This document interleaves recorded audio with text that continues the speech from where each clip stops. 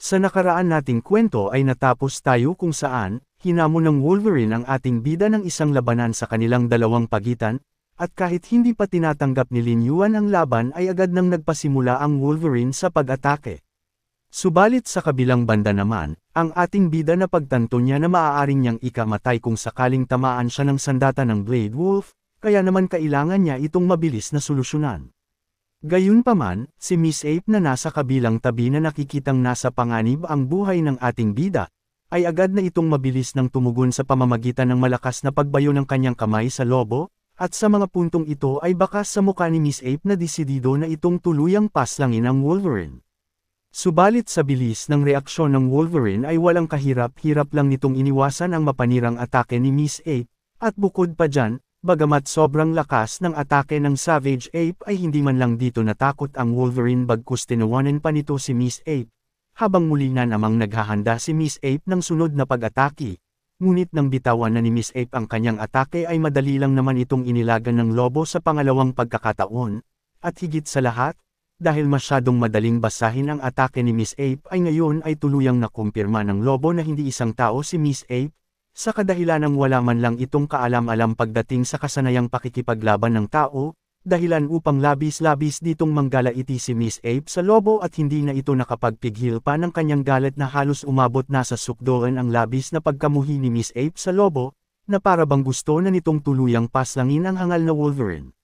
Matapos mapagtanto ng Wolverine na hindi tao ang gorilla ay mabilis na nitong sinunod ang ating bida upang malaman kung isa ba itong tao. At bukod pa dyan ay iniisip rin nito na si Miss Ape ay masyadong umaasa sa kapangyarihan subalit hindi nito napapansin ang kahalagahan ng pagkakapare-pareho, kaya naman hindi na ito nagsayang pa ng oras na makipaglaro sa Savage Ape dahil wala rin naman itong kabuluhan. Gayunpaman, habang akma na sanang aatakihin ng lobo ang ating bida, mula sa likudan nito ay mabilis na bumulusok ang kamao ni Miss Ape patungo sa lokasyon ng ating bida. Kaya agad na naalerto si Lin Yuan at agad niya itong inilagan sa takot na baka siya ay tamaan, samantalang ang Wolverine ay mabilis ding umiwas na wala namang halong kahit anong pangamba. Matapos iwasan ni Lin Yuan ang atake ni Miss Ape ay labis siya ditong nagalit, kaya naman pinagsabihan ni Lin Yuan si Miss Ape na ang patamaan nito ay ang kanilang kalaban at wag siya. Gayunpaman, nang lumapag na sa bato ang Wolverine ay nagawa pa nitong lukuhin ang Savage Ape para ito'y magalit, kung saan minaliit ng lobo si Miss Ape sa kakayahan nito gayong ang pakikipaglaban ni Miss Ape ngayon ay labis na kakaiba kaysa sa una nilang paghaharap. At sa ginawa ng lobo ay labis na epektibo nga ang ginawa nitong pangmamaliit, dahil tuluyan nang nahulog si Miss Ape sa ilang mga salita laang ng lobo kaya halos maghimutok na si Miss Ape sa galit. At dagdag pa dyan, hindi pa nakuntinto ang lobo sa pang-aasar at sinabihan pa nito ang Savage Ape, kung saan sa una ay humingi muna ang lobo ng tawad kay Miss Ape dahil hindi ito ang kanyang punteriya, gayong ang nais lang ng lobong makalaban ay walang iba kundi ang ating bida. Ang Savage Ape na walang pinapatawad na mga nilalang na lumalapastangan sa kanyang dignidad ay hindi na ito nakapagpigil pa, kaya naman agad na ni Miss Ape pinakawalan ng kanyang malakas na suntok patungo sa Wolverine, dahilan upang mawasak ang batong tinatapakan ng lobo, samantalang sa kabilang banda, ay halos hindi makapaniwala ang ating bida na sa ilang salita laang ay lubos na nahulog ang kanyang kaibigan sa panlilinlang ng lobo, kaya si Lin Yuan ay agad na kumaripas ng takbo paalis habang pinapagalitan si Miss Ape, gayong sinabihan lang niya itong manood lang sa kanya habang siya ay nakikipaglaban sa lobo subalit hindi ito nakinig sa kanyang habilin, ngunit gayunpaman, bigla na lang sumulpot sa likudan ng ating bida ang Wolverine nang hindi niya namamalayan, dahilan upang matigilan ang ating bida sa kanyang pagtakbo gayong tinutukan na ng lobo ng sandata ang liig ng ating bida, at bukod pa dyan, sinabihan pa ng lobo si Lin Yuan na kung hindi siya nagkakamali ay isang tao ang ating bida, subalit hindi naman naunawaan ni Lin Yuan ang pinagsasabi ng nilalang,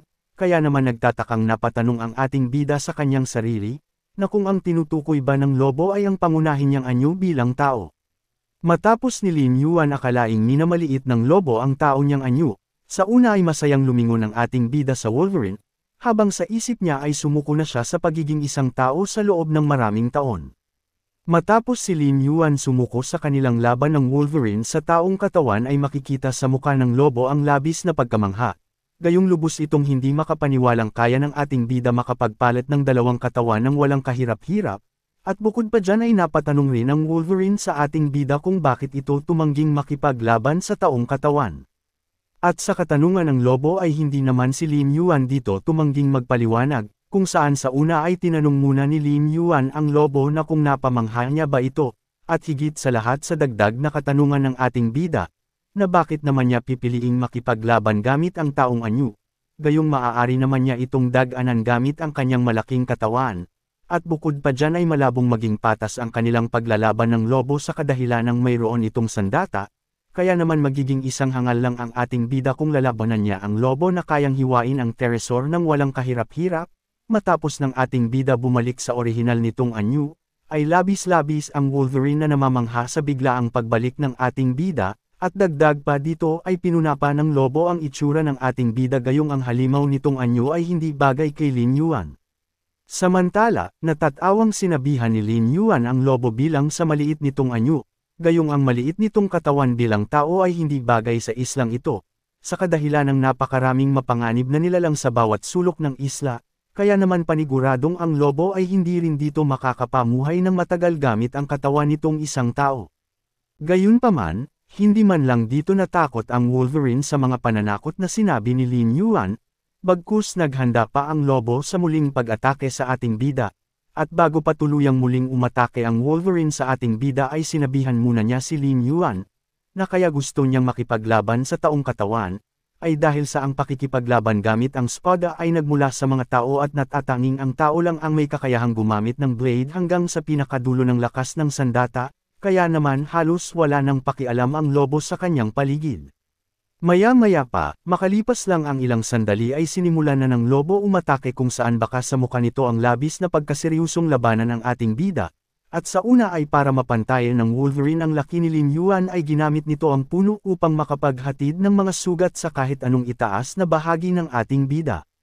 Matapos ng lobo tumalo ng mataas sa puno ay agad na itong malakas na umatake kay Lin Yuan ng walang pag-aalinlangan. Makalipas lang ang ilang sandali ay mabilis nitong sinugitan ang balikat ni Lin Yuan dahilan upang magtamo ang ating bida ng isang malaking hiwa mula sa matalim na blade na sandata ng nilalang, subalit ang Wolverine ay hindi pa dito natatapos at muli na naman itong naghanda sa pangalawang pagsalakay, kung saan sa mga puntong ito ay balak ng punteryahin ng lobo ang mata ng ating bida.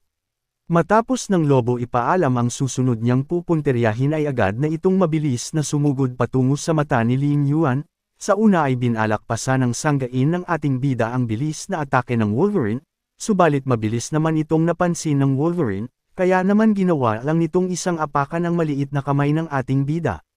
At habang patuloy na patungo ang lobo upang isagawa ang binabalak nitong pag-atake sa mata ni Lin Yuan ay mukhang inaasahan na niya ang gagawin ng ating bidang aksyon, kung saan nalaman ng lobo na may katangian ang ating bida ng isang tao gayong sa mga puntong ito ay dapat kakagatin siya ng ating bida para mapaalis, subalit ginamit ni Lin Yuan ang kanyang kamay upang siya ay mapaalis pag nakakaramdam sila ng panganib, kaya naman panigurado na ang Wolverine na hindi nalalayo si Lin Yuan sa taong nilalang. At bukod pa dyan, mayabang pa na ipinakita ng Wolverine sa ating bida na ang kamay ng tao ay napaka-flexible, sa kadahilanang madali lang niya nagagamit ang blade ng walang kahirap-hirap. At dagdag pa ng lobo habang patuloy na pinapaikot ang kanyang sandata patungo sa ating bida na ang pinakalakas ng tao ay nakadepende sa kanilang mga kamay, nang maipahayag na ng lobo ang kanyang mga saloobin sa ating bida ay hindi na ito nagpatumpik-tumpik pa at agad na itong mabilis na sumugod, kung saan ang lobo ay makikitang para bang nagmistulang isang kidlat. Maya-maya pa, tuluyan na ngang nakarating ang Wolverine sa mata ni Lin Yuan at anumang sandali ay malapit na itong tumarak. At habang malapit ng tamaan ang mata ni Lin Yuan ay batid pala ng lobo ang bawat kahinaan ng kahit anong nilalang sa mundong ito, at ito ay ang kanilang mata na siyang dahilan para mas lalong tumaas ang kanyang kalamangan. Samantala, nang akmang ilang sandali na lang ay malapit na sanang tamaan ang mata ni Lin Yuan ng blade ng lobo, gayong abot tanaw na ito ay biglang nagkaroon ng reaksyon ang mata ng ating bida na tila mo ay pabahagya itong natakot, kaya naman hindi na ng Wolverine itinuloy pa ang kanyang pag-atake ng ating bida. Sa kadahilanang matapos niyang makita ang matinding reaksyon ni Lin Yuan habang patama ang kanyang blade dito ay tuluyan na niyang nakumpirma na totoong isang taong nilalang ang ating bida, kaya wala nang dahilan pa upang makipaglaban pagayong ang gusto lang nitong malaman ay kung tama ba ang kanyang hinala na tao ang ating bida. Gayunpaman, sa maikling pakikipaglaban ni Lin Yuan sa Wolverine ay hindi pa rin niya lubos na maunawaan kung ano ang ibig nitong ipahiwatig, kaya naman direkta nang tinanong ni Lin Yuan ang Wolverine kung ano ang nais nitong sabihin. At habang ibinabalik ng Wolverine ang kanyang blade sa kaluban ay napaisip ang ating bida ng ilang oras, gayong matapos nito na makita ang ginawa ng lobo upang malaman kung isang tao si Lin Yuan ay napagtanto niyang ang Wolverine na ito ay lubos na pamilyar sa mga gawin ng tao at pag-uugali. At bukod pa dito ay nakakatiyak na si Lin Yuan na ang Wolverine sa kanyang harapan ay nagkaroon ng napakalapit na relasyon sa tao, kaya naman napatanong ang ating bida sa kanyang sarili na kung sa kanila ba galing ang pamamaraan sa pakikipaglaban ng lobo. Gayunpaman habang nagbabanding pa ang dalawa sa muli nilang pagkikita, may isang nilalang ang hindi imbitadong dumating sa eksena mula sa kanilang itaas, na parabang isa itong malakas na nilalang base na lang sa sinabi ng Wolverine na hindi siya nito hahayaang muling makatalon para makatakas, samantalang sa kabilang banda ay nagtataka ang ating bida kung anong nilalang ba ang dumating at sumingit sa eksena. Maya-maya pa, makalipas lang ang ilang sandali ay ang nilalang na dumating ay agad na kinuha ang Wolverine ng walang kahirap-hirap, kung saan ang nilalang palang ito ay walang iba kundi ang Boombird na masayang dinakip ang Wolverine habang papaalis. Subalit ang ating bida na siyang may pagmamayari ng lupaing ito ay hindi nagustuhan ang inasal ng ibon sa kanyang teritoryo, kaya naman labis siya ditong nagalit sa kalapastangan ng pangangaso sa kanyang sariling lupain. At bilang kabayaran ay hindi na nagpatumpik-tumpik pa ang ating bida at agad na itong umatake gamit-gamit ang kanyang makapanindig balahibong atake na kung tawagin bilang explosive bomb diretso sa nanghihimasok na nilalang. Matapos ni Lin Yuan magbitaw ng malakas na atake ay madali lang naman napansin ng kalbong ibon ang paparating na mapanirang explosive bomb ni Lin Yuan, kung saan labis-labis ang Boombird ditong kinilabutan dahil na rin sa una nilang pagtatagpo. At para mailigtas ng ibon ang kanyang buhay ay kagaya ng naunang pagsalubong, muli na naman ng Boombird dinakma ang kanyang kasamahang nasa kanyang kabilang tabi na halos maluha-luhang hindi makapalag.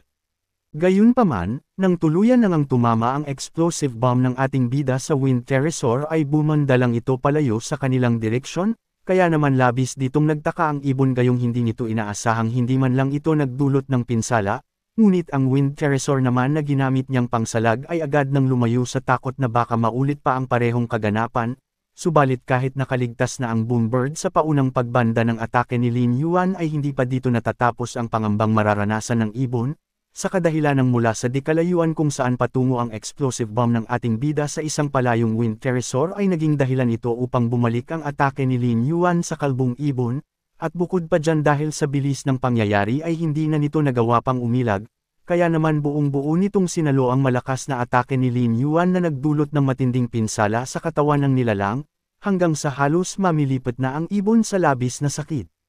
Matapos ng Boombird matanggap ang atake ng ating bida ay naging dahilan ito upang ang ibon ay tuluyang mawalan ng malay, at hindi na nagawa pang panghawakan ang Wolverine.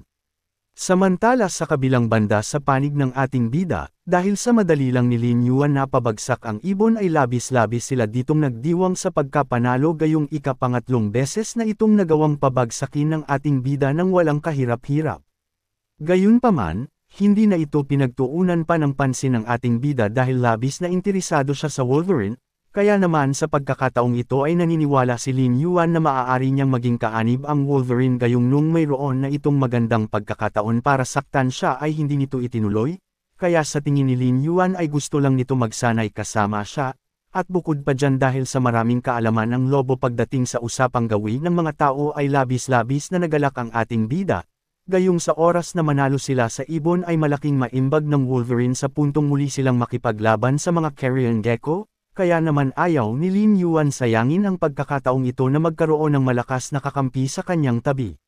Matapos ng ating bida mapagpasyahang tulungan ang Wolverine ay agad na nitong inutusan si Miss Ape na pumunta doon at tulungan ang Wolverine gayong ito lang sa kanilang dalawa ang may kakayahang tumalon ng mataas, at sa utos ni Lin Yuan ay agad naman ditong sumunod ang Savage Ape ng walang pag-aalinlangan, samantala, ang ating bida naman ang aasikaso sa dati niyang kaibigang bumagsak sa di kalayuan, kaya't mabilis itong kumaripas ng takbo patungo doon.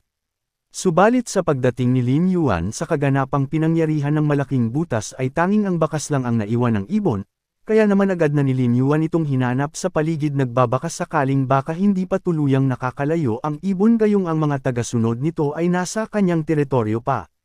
Maya-maya pa, sa ilang sandaling pagmamasid ni Lin Yuan sa paligid ay napukaw ang kanyang atensyon sa kaluskos na kanyang narinig mula sa di kalayuan, na para bang may anumang bagay ang nasa kabilang parte ng lugar. Lumipat ang eksena kung saan pinuntahan na ng ating bida ang narinig niyang kaluskos, at sa pagdating ng ating bida sa lugar na tinutukoy niya ay hindi nito inaasahang may nilalang siya ditong matatagpuan, at ang nilalang na ito ay walang iba kundi ang misteryusong babae na sumubaybay sa unang paghaharap ng Ancient Savage Ape at Ancient Wolverine kamakailan lang, at bukod pa dyan ay ang misteryusong babae ay puno ng mga sugat na para bang dumaan ito sa matinding pakikipaglaban. Gayunpaman, sa una nung hindi pa lubusang natatauhan ang ating bida sa babaeng nasa kanyang harapan ay naalala nito ang dating biglaang pagkawala ng Boombird na kasabay din namang paglabas ni Kun kung saan ito ang nagpaliwanag sa kanya patungkol sa pagkawalan ng ibon sa hindi malamang dahilan. Maya-maya pa, makalipas lang ang ilang sandali ng pag-iisip ni Lin Yuan ay natauhan na ito sa kung sino ang misteryusong babaeng nasa kanyang harapan, kaya naman labis-labis itong nagulat sa kanyang nalaman gayong hindi siya dito makapaniwalang ang misteryusong babaeng nasa puno ay ang Boombird na kanyang ilang beses na nakalaban, bukod pa dyan ay kaya rin itong magpalat anyo kagaya na lang ng isang taong nilalang, ngunit ang pinaka-ikinamangha ni Lin Yuan ay ang panghuling katangian ng Boombird, dahil isa pala itong babae na talagang ikinagulat ni Lin Yuan. Gayunpaman, habang pinagmamasdan ni Lin Yuan ang babaeng nagkatawang tao ay bigla na lang nag-nosebleed ang ilong ng ating bida, gayong nagustuhan nito ang kasalukuyang anyo ng ibon sa kadahilanang maayos pa ang itsura nito ngayon kaysa naman nung ito ay kalbong ibon pa.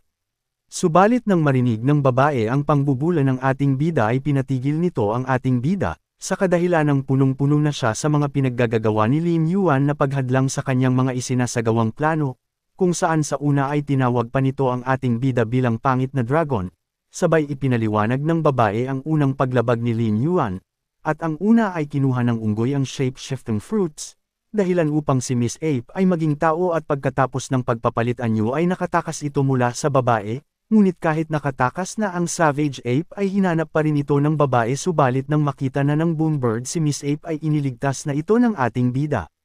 Samantala, ang pangalawa namang paghadlang ng ating bida ay nung dumating ito sa teritoryo ng ibon kung saan sa pagdating nito ay kinuha ng ating bida ang shape-shifting fruits, at bukod pa dyan ay sinubukan pa sana ng babae na pigilan ang ating bida sa pagkain, subalit nagawa pa nito siyang saktan, matapos ni Lin Yuan malaman ang kahihiyan niyang dinulot ay napalingon na lang siya sa ibang direksyon kasabay ang pagsipol habang pinagpapawisan.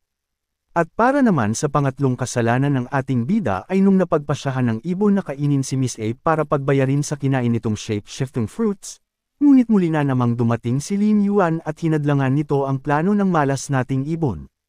At bukod pa dyan ay maging ang Wolverine na siyang dahilan kung bakit naririto ang Boombird ay hinadlangan rin ni Lin Yuan, gayunpaman baliwala lang naman ang mga ito para sa babae kung malalaman niya na totoong pinatay ng ating bida si Venom, kung saan sa pamamagitan ng pagbunyag ng katotohanan ng ating bida ay maaari niya itong mapatawad sa pagkuha ng prutas.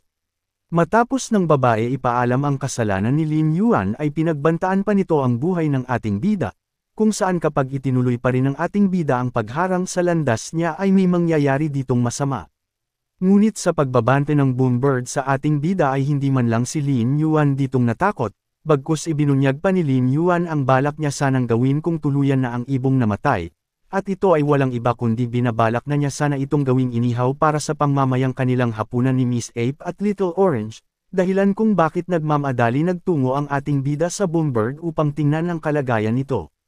Gayunpaman, hindi na ni Lin Yuan inisip pa ang kanyang binabalak at nakipag-ayos na lang ito sa ibon, kung saan sinabihan ni Lin Yuan ang Boombird na kung handa ba itong makipagtulungan sa kanya upang samahan siya sa pagharap sa mga carrion gecko, subalit sa inalok ni Lin Yuan na pagtutulungan ay hindi dito pumayag ang babae, bagkus tinanong pa nito si Lin Yuan kung bakit naman niya ito gagawin. Sumagot naman ang ating bida na dahil ang kaaway ng kanyang kalaban ay kakampi kagaya na lang ng mga tuko na pangunahin nilang matinding kalaban. Gayunpaman minaliit lang ito ng babae, gayong kaya naman niyang patayin si Venom kahit siya lang mag-isa ang magtungo doon at makipaglaban.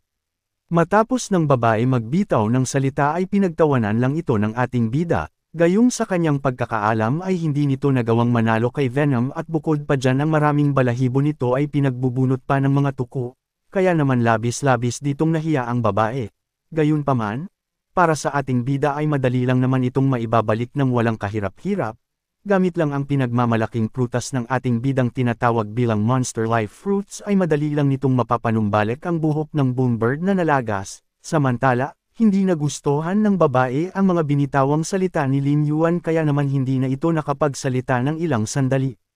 Makalipas lang ang maikling pagmumuni-muni ng babae ay muli itong nagbalik-tanaw sa ating bida upang bigyan ito ng munting babala, kung saan sinabihan nito si Lin Yuan na masyado itong matalino gayong muntik na siyang mahuli sa patibong ng ating bida, subalit alam niya talaga kung bakit nakikipag-usap si Lin Yuan sa kanya, at ito ay dahil sa inuubos lang nito ang kanyang oras. Nang sagayon ay makatakas ang Savage Ape kasama ang Wolverine. Sinabihan ng babae si Lin Yuan na imulat nito ang kanyang mga mata at tingnan ang kasalukuyang sitwasyon ni Miss Ape, at bukod pa dito ay tinanong rin ng Boombird ang ating bida na ano ba ang tingin nito sa kanya na pupunta ditong walang paghahanda. At sa paglingon ni Lin Yuan sa tinurong lokasyon ng babae kung saan sa pagtingin ni Lin Yuan ay nasaksihan niyang may mga nilalang na dumating at balak ng mga itong dakipin si Miss Ape ng sapilitan. Kung saan, ang mga manok na ito ay tinatawag bilang Tapehara, ang mga tapiharang dumating sa eksena ay nagtataglay ng haba na umaabot sa 43 talampakan, samantalang may bigat naman ang bawat isa sa kanila ng 43 tonelada. At bukod pa dyan, ang mga manok ding ito ay may malalakas na pangangatawan at sila ay lubos ding mabibilis. Walang pagdadalawang isip ng mga manok dinakip si Miss Ape ng walang kahirap-hirap. Matapos ng mga manok mahawakan si Miss Ape ay dali-dali na silang lumipad palayo kaya naman labis ditong nangamba ang ating bida. Subalit wala naman si Lin Yuan ditong magawa kaya naman itinuon na lang niya ang atensyon sa bihag niyang ibon, kung saan pagalit ng ating bidang pinagsabihan ang babae na anong karapatan nitong hawakan ang kanyang mga kaibigan, at bukod pa dyan ay sinabihan pa ng ating bida ang Boombird na may halong pagbabanta na hindi ba nito alam ang kasalukuyan nitong sitwasyon, kung saan sa puntong ito ay bihag niya ang ibon. Gayunpaman, sa pagbabanta ng ating bida ay hindi man lang dito natakot ang Boombird, bagkus inilabas lang nito ang kanyang ilang balahibo, at bago niya ito pakawalan ay nagbitaw muna ito ng ilang katanungan, kung saan tinanong ng ibon si Lin Yuan kung iniisip ba nitong hahayaan niya itong tapak-tapakan ang kanyang dignidad, at bukod pa dyan ay sinabihan pa ng babae si Lin Yuan na nagkakamali ito sa kanyang iniisip, gayong mula pa sa una ay hindi pa niya ito itinuturing bilang kalaban. Maya-maya pa ay ihinanda na ng ibon ang pag-atake sa ating bida, kung saan sa una ay nanghihinayang pa ito na sayangin ang mga mahalaga niyang mga alas, subalit dahil sa pinilit siya ni Lin Yuan na ilabas ito ay wala nang nagawa pa ang ibon kundi alisin ang mga nilalang na balakid sa kanyang daan. Makalipas lang ang ilang sandali matapos ng Boombird magbitaw ng mabigat na salita ay hindi na ito nang hinayang pa sa mga nasayang na balahibo, gayong umabot na sa sukdulan ang pagkainis ng babae kay Lin Yuan kaya naman sa puntong ito ay wala nang balak pa ang Boombird na itago ang kanyang hindi mapapantayang kapangyarihan, kaya naman mayabang nitong inatake ang ating bida. Abangan sa susunod nating kwento, kung saan tuluyan na nga nating masasaksihan kung gaano nga ba kalakas ang Boombird gayong isa ito sa mga kinakatakutang nilalang sa Abyss Island, kaya naman ang mga lumilipad na nilalang ay sunod-sunudan sa kanyang utos. Kaya naman kung nagustuhan mo ang ating kwento ay mag-like, comment, at huwag mo na rin kalimutang i-open ang iyong notification bell pagkatapos mong mag-subscribe.